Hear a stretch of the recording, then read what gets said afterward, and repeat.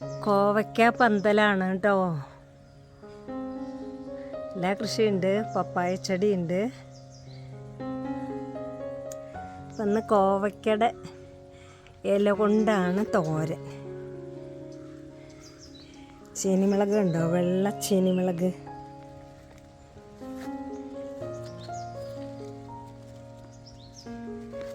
ഇപ്പോൾ കോവയ്ക്ക ഇല നുള്ളിയെടുക്കാം. നല്ല ഇല നോക്കി നുള്ളിയെടുക്കണം കേട്ടോ. അധികം മൂക്കാത്ത, ഇതുപോലെ അധികം മൂക്കാത്ത ഇല നോക്കി നുള്ളിയെടുക്കണം. കോവയ്ക്കയുടെ കൂടെ വേറൊരു ചെടിയും കൂടി പടർന്നുണ്ട്.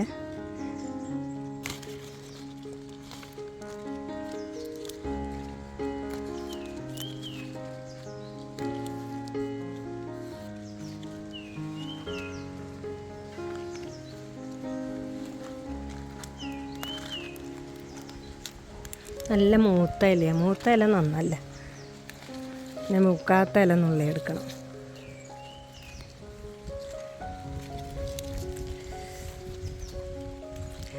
അങ്ങനെയൊക്കെ ഇല നുള്ളിയെടുത്ത് നമുക്ക് തോരൻ വയ്ക്കാം കേട്ടോ.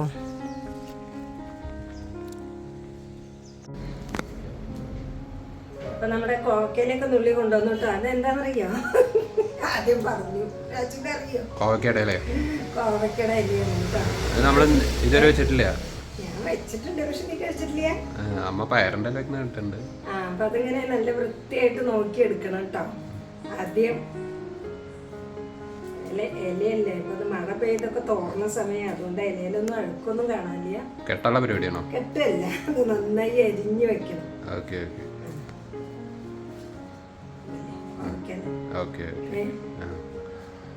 സൂപ്പറാണ്, നല്ല ടേസ്റ്റാ. ഇതൊന്നും കഴിച്ചിട്ടില്ല എന്നൊരു സംശയം.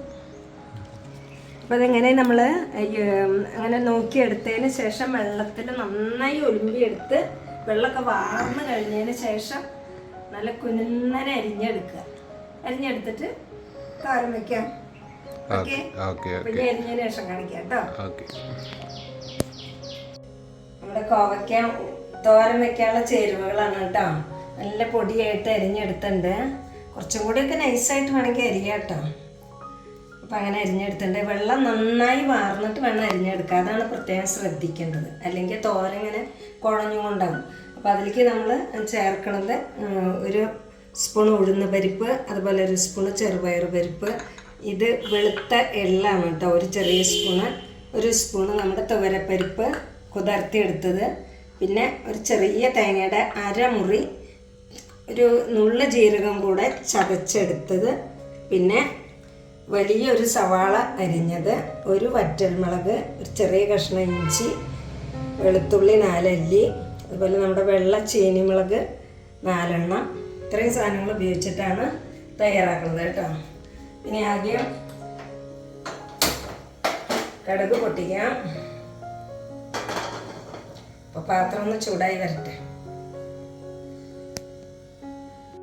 ഒരു ഇടത്തര സ്പൂണിൽ ഒരു സ്പൂൺ വെളിച്ചെണ്ണയാണ് കേട്ടോ. വെളിച്ചെണ്ണ ചൂടായി വന്നിട്ട് അപ്പം അതിലേക്ക് നമുക്ക് ഒരു ചെറിയ സ്പൂൺ കടുക് ഇട്ട് കൊടുക്കാം. കടുക് പൊട്ടി കഴിയുന്നതോടുകൂടി നമ്മുടെ വറ്റൽമുളക്, അതോടുകൂടി തന്നെ മറ്റു ചേരുവകൾ സവാള, പച്ചമുളക്, പച്ചമുളക് വെച്ചാൽ വെളുത്ത പച്ചമുളക്, ഇഞ്ചി, വെളുത്തുള്ളി.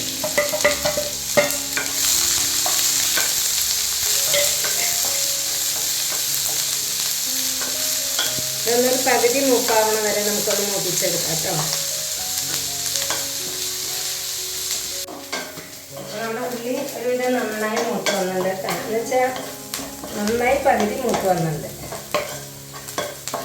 നമുക്കൊരു ചെറിയ തണ്ട് കറിവേപ്പില, ഇലക്കറി ആയതുകൊണ്ട് കൂടുതൽ കറിവേപ്പില ഇടുന്നില്ല. അതിലേക്ക് നമ്മൾ നമ്മുടെ എല്ലാ ചേരുവകളും ഇട്ട് കൊടുക്കുകയാണ്. പവരപ്പരിപ്പ്, ചെറുപയർ പരിപ്പും ഉഴുന്ന് പരിപ്പുമാണ്.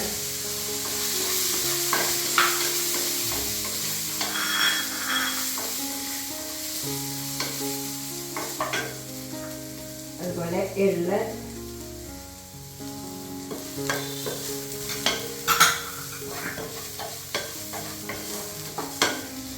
ചെറിയ തീയിൽ ഇത് അധികം അങ്ങനെ കരിയാതെ മൂപ്പിച്ചെടുക്കണം. അത് നമ്മൾ തേങ്ങ ഇട്ട് കൊടുക്കാം.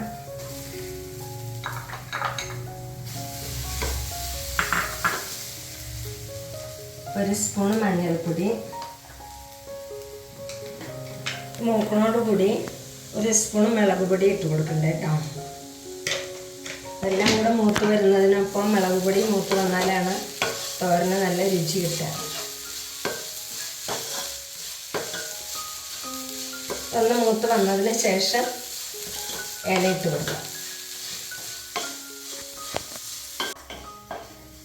അപ്പം നമ്മൾ ഗ്യാസ് കുറച്ച് വെച്ച് ഒരു 6 മിനിറ്റ് സമയം നന്നായി മൂപ്പിച്ചെടുത്തിട്ടുണ്ട് കേട്ടോ.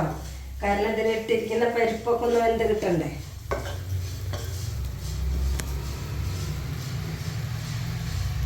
നമ്മൾ ഇല ഇട്ട് കൊടുക്കാം.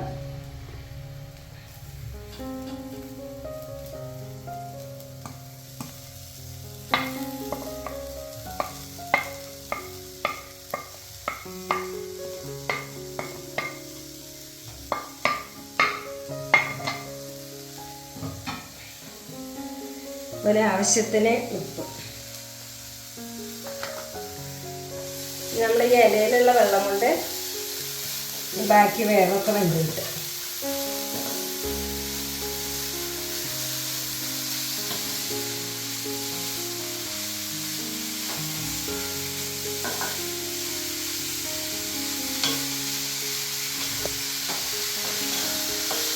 ഇനി ഇതുപോലെ ഒരു 5 മിനിറ്റ് വെന്ത് കിട്ടണം കേട്ടോ. അതിന് ശേഷം ഇളക്കിയിട്ട് ഒരു 2 മിനിറ്റും കൂടെ വേണം. അപ്പോൾ നമുക്ക് അടച്ച് വെച്ച് വേവിക്കാം.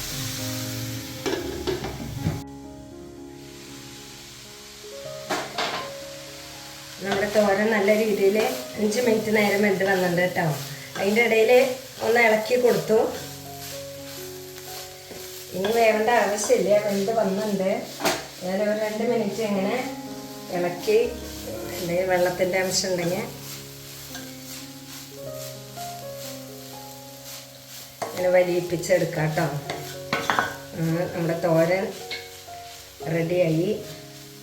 ആരെങ്കിലും കോവക്കയുടെ ഇല തോരൻ വയ്ക്കാത്തവർ ഉണ്ടെങ്കിൽ വെച്ചോളൂ കേട്ടോ. സൂപ്പർ ടേസ്റ്റാണ്. ഓക്കെ.